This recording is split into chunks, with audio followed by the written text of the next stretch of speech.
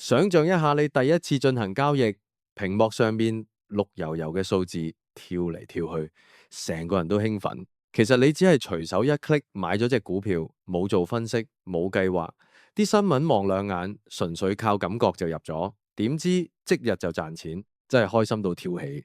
腦海即刻浮現自己瞓喺沙灘飲住椰青，唔使返工嘅畫面，覺得自己即刻變咗股神。嗰一刻真係爽到爆燈。但係冇幾日喎，市場開始一轉向，你啲貨開始紅燈閃閃喎，虧損數字就好似怪獸咁喎，一啖一啖食你本金。你開始驚，手震到想即刻沽貨，但又驚一沽就反彈，錯過翻身機會，最後價格大插，之前賺嗰啲全部吐晒出嚟，連埋幻想一齊灰飛煙滅。其實你有冇諗過，最開始嗰個冇雜念、冇包袱，純粹靠直覺入市嘅你，先至係心理狀態最好嘅你。但點解大部分人一遇到心魔就即刻踏入長期輸家之路？今日我哋嚟對比下長期贏家同長期輸家，睇下佢哋點樣面對虧損、獲利同情緒失控嘅情況。如果你都喺新手或掙扎緊，呢集會俾到你降服心魔嘅第一步。第一個心魔，對虧損嘅恐懼。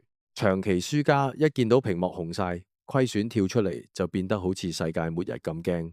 輸咗一單，佢哋即刻腦補，我唔得啦，方法錯晒，自己係廢柴。於是越輸越急，急住想翻身，想證明自己，開始亂加碼、亂改計劃，結果做多錯多，惡性循環停唔到。每日開 app，第一眼就望賬戶金額，一見到跌就成個人唔開心，食飯無味，瞓唔着，對老婆仔、同事、朋友嘅態度都變差晒。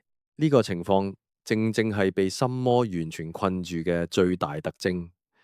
輸錢已經唔單止係輸錢，而係變成咗人生嘅失敗，自我價值崩潰。相反，長期贏家就完全唔同，佢哋接受虧損喺交易嘅正常成本，好似街市賣菜，阿叔每日都要交鋪租一樣，冇得避免，唔交就唔使做生意啦。另外，每一單交易都係獨立嘅，上一單輸咗唔會影響下一單嘅決定。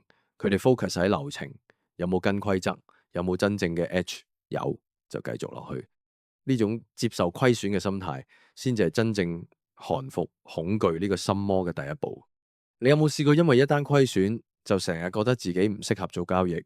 定係你開始明白虧損其實只係贏家必交嘅租金？呢個轉變好重要。好，講完虧損嘅心魔，嚟到相反嘅一邊，獲利嘅心魔。長期輸家一見到獲利，第一反應就係哇，我超勁，終於輪到我，興奮到飛起，即刻想加碼，想 cap 圖上 IG 俾朋友睇，想同人吹水自己幾叻。連續賺咗幾筆之後，自信心即刻爆棚，開始幻想我可以全職做交易啦，辭職啦，終於睇懂市場啦。於是倉位越加越大，風險控制開始放鬆。故事嘅最尾好多時都喺遺憾收場。佢哋把獲利當成乜？當成個人嘅勝利，證明自己好聰明、好厲害嘅證據。真正令佢哋興奮嘅唔係長期穩定嘅回報，而喺單筆大賺、賬戶突然暴增嗰一刻嘅感覺。佢哋核心守護嘅就係今日嘅數字，當下嘅盈利金額，對獲利嘅想法，根本上就係一個賭仔心態。相反，長期贏家對大賺嘅態度就完全唔同。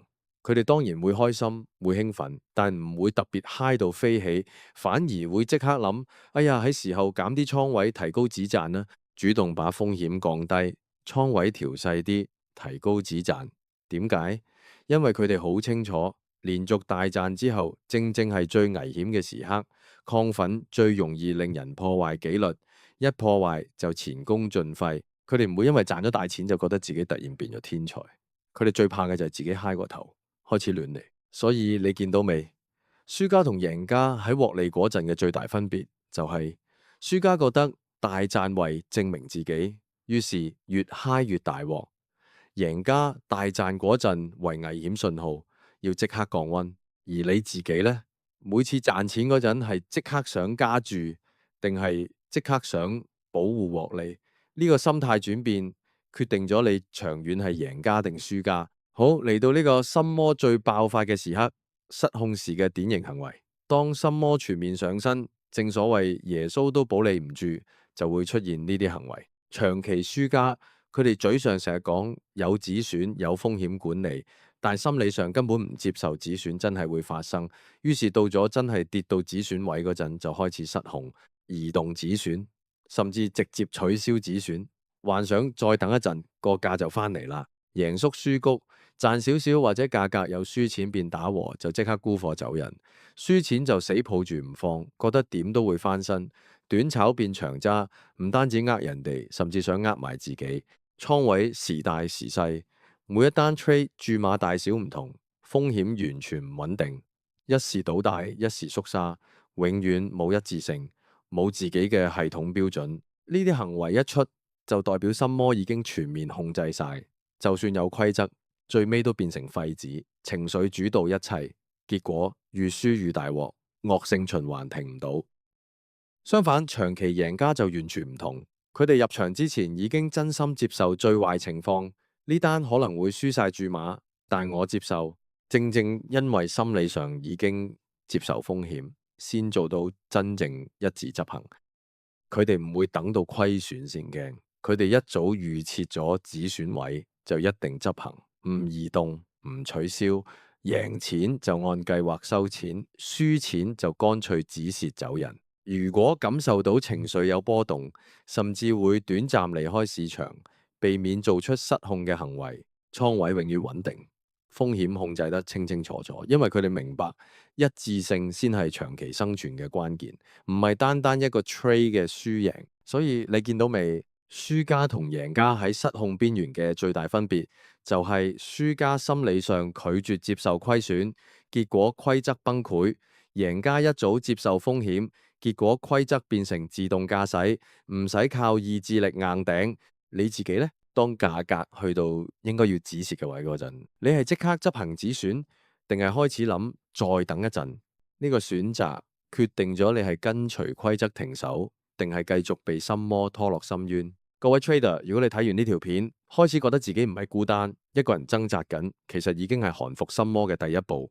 想知道更多交易心魔嘅真面目，或者點樣每日面對佢哋，又或者你心入面諗緊，其實心魔會唔會從來都唔存在，只係我自己嚇自己？呢啲問題我哋嚟緊一齊探討。如果覺得呢條片有用，like 加訂閱加按埋隔離個鐘仔，唔想錯過任何一集降魔秘技。我哋係交易心魔，同你一齊踏上專業 trader 嘅路，一步一步唔使再被心魔操控。下集見，各位 trader，交易加油！